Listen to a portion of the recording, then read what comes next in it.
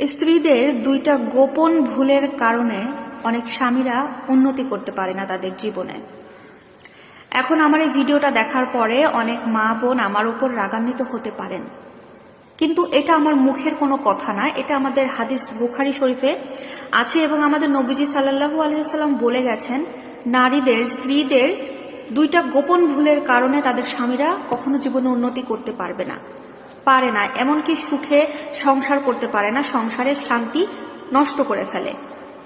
কিছু মা বোন আছে, কিছু স্ত্রী আছে, তারা চায়, মন থেকে চায় তাদের স্বামী জীবনে উন্নতি করুক, সংসার জীবনে সুখ বয়ে আনুক, এবং এটার জন্য তারা অনেক কিছু করে থাকে। কিন্তু কিছু কিছু মা বোনেরা আছে, কিছু কিছু স্ত্রী আছে, তাদের এই গোপন ভুলের কারণে, এই দুইটা ভুলের কারণে তাদের স্বামী কখনোই জীবনে উন্নতি করতে পারে না, এমনকি তাদের সংসারে সুখ শান্তি সবকিছু নষ্ট হতে থাকে। আর এই গোপন ভুলের প্রথম পয়েন্ট, 1 নম্বর পয়েন্ট হচ্ছে অকৃতজ্ঞ হয়ে থাকে। যে সমস্ত স্ত্রীরা অকৃতজ্ঞ, ঠিক আছে, যে আপনার স্বামী আপনার জন্য এত কিছু করে কিন্তু আপনি সেটা কৃতজ্ঞতা প্রকাশ করেন না। এমন অনেক স্ত্রী আছে তার স্বামীর কাজকর্মের প্রতি কোনো কৃতজ্ঞতা স্বীকার করে না।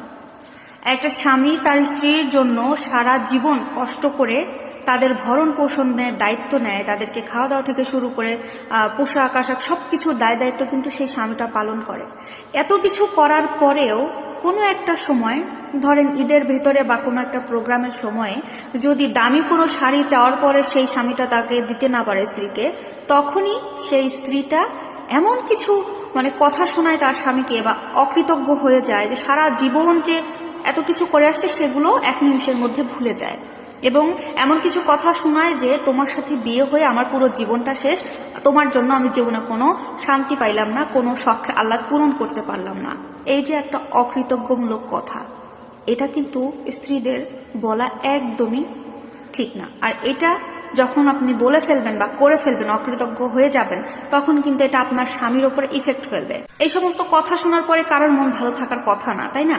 তো সেই কারণে কিন্তু সেই স্বামীটার মন ভেঙে যায় এবং ওই স্ত্রীটার প্রতি আস্তে আস্তে মন উঠে যায়, সংসার থেকেও তার মনটা উঠে যায়। তো এত কিছুর পরে সেই স্বামীটা, সেই লোকটা উন্নতি কোথা থেকে করবে?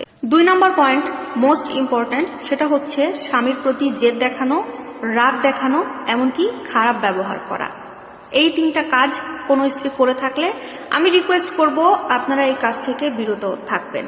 এটা আমাদের হাদিস শরীফ বুখারীতেই বলা আছে, কোনো স্ত্রী স্বামীর সাথে যদি জেদ দেখায়, জেদ খাটায়, খারাপ ব্যবহার করে, রাগ দেখায়, ওই স্বামীর মনের ভেতরে এমন একটা প্রভাব পড়ে, মনটা ভেঙে যায়, ওই স্বামী কখনো সংসার জীবনে উন্নতি করতে পারে না। অনেক স্ত্রী আছেন অনেক বেশি অপচয় করে থাকেন, অপ্রয়োজনীয় টাকা খরচ করে থাকেন।